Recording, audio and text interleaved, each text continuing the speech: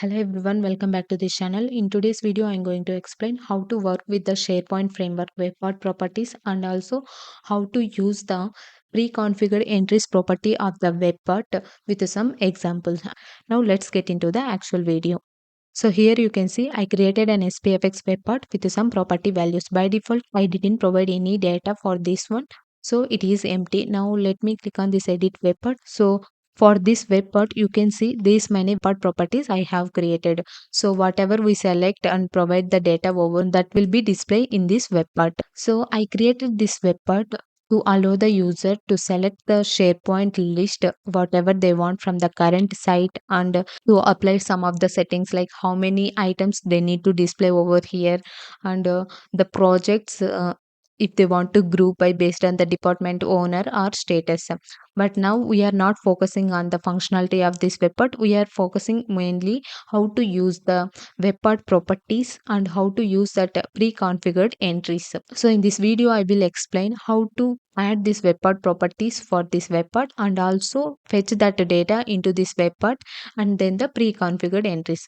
Let's say whenever I added this one, there is no values for some of the fields, right? So because I didn't provide any default value, so that pre-configured entries property will allows us to set some default values. That is one use, and the second usage for this pre-configured entries property is, so this is the project list viewer webpart. So at a time some people want this webpart with some other settings. Let me explain with some example.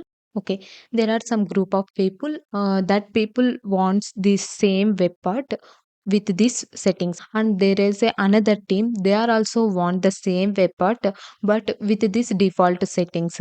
So at a time if we want to have multiple pre-configured settings, then we can use that pre-configured entries property of this web part.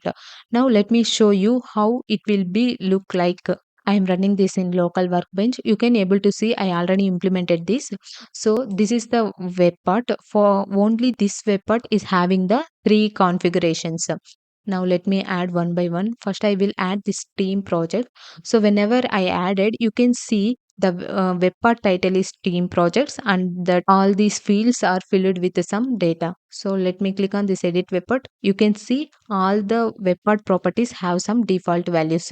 So at a time we will add the another web part. Now I will add this department overview web part.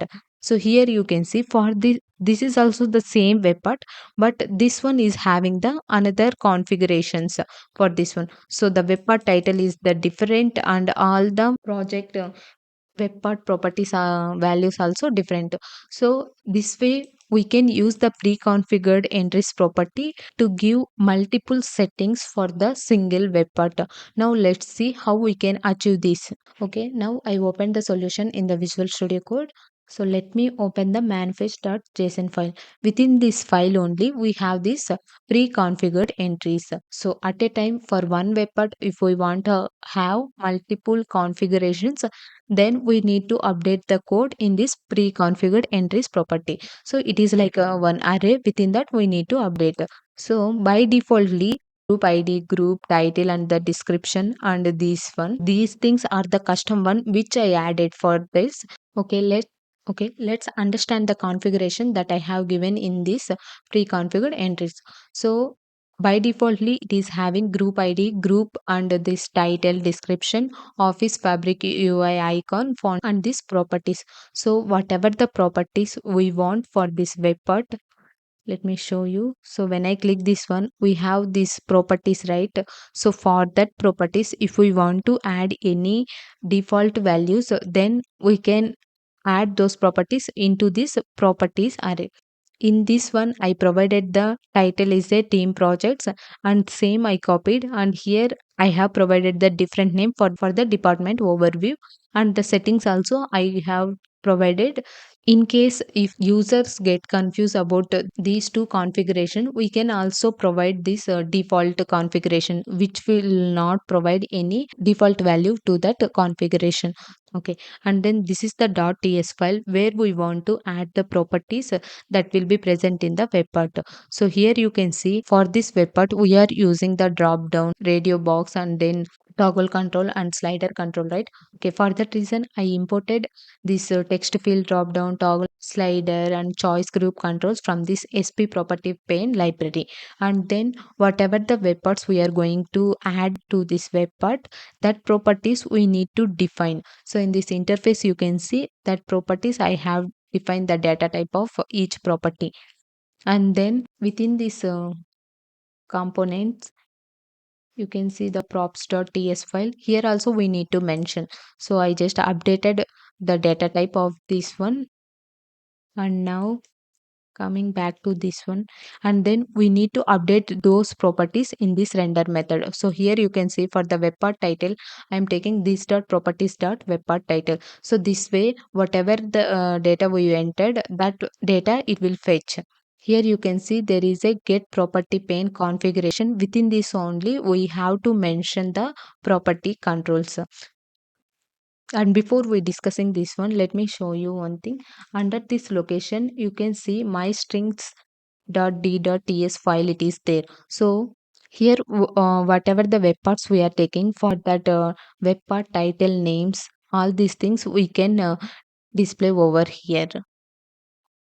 To understand this one clearly, there and within this group fields I have first added the property pane text field for this web part title, and then drop down for the project list which will take the project list names, and then the text field for the description, and the slider control for the max items to display, and then the drop down for the group by field, and then the toggle control for this show completed, and the choice group for this order. Now if you observe carefully, this webpart title, the label is I am taking from strings dot webpart title field label. So this I am taking from this my strings dot d.ts file. So here you can able to see, right, that webpart title dot field dot. So we, this is the we can also directly provide the name like webpart title. But why we are doing like this is, if we keep everything in one place, then it will be easy for updating. And then here I defined all the labels data types, and in this en-us.js file, for that labels I have provided the actual value. So web part title will, that label will be the web part title and the project list.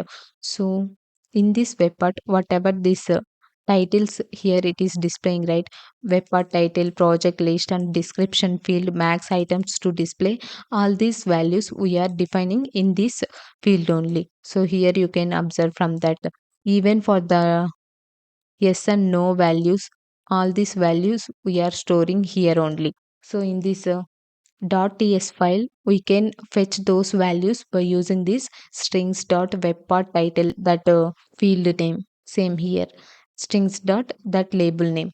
Simply we can fetch those values into this get property pane configuration. So this way we can simply fetch those values for these labels, and then we will see how we are displaying the data that we entered in the webpart property. So for that one, here is the .txt file we just need to update. So in this file also you can see within this default class render method, I just took all the webpart properties that I am going to use. So this webpart title, project list, max items, everything. And then within the return function, here we are adding this HTML code. Within that you can see, so the web part title I am showing using the h2 tag, and if the web part property is a string we can use this escape function, and if it is not a string we can directly provide this one. So why I have used this one is, without this also we can display the data. So that time we need to fetch the data like this dot props dot web part title and this dot props dot project list. So for all these properties, instead of providing this dot props dot that name, here only I am taking. So we can simply take these values into here. So here you can see whatever the values I have provided in the web part, like project title, description, max items to display. For all those I simply provide the props name, so it will fetch the data whatever we entered in the web part. So this way, okay. Now, before testing, let me update this manifest.json file to understand how it is working. I will remove this one.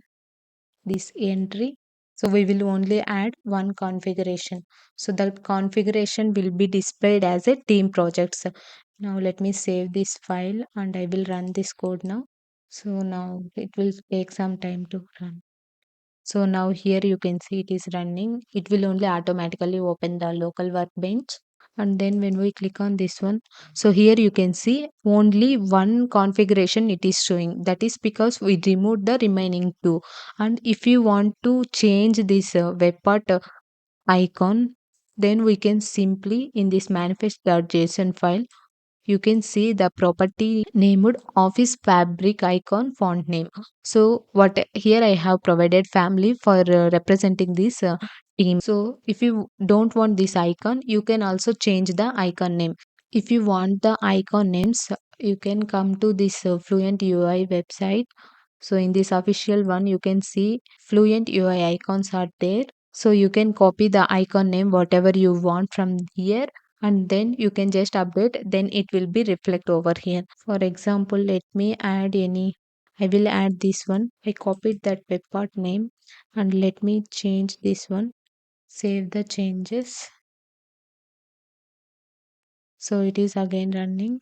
Let me refresh this one.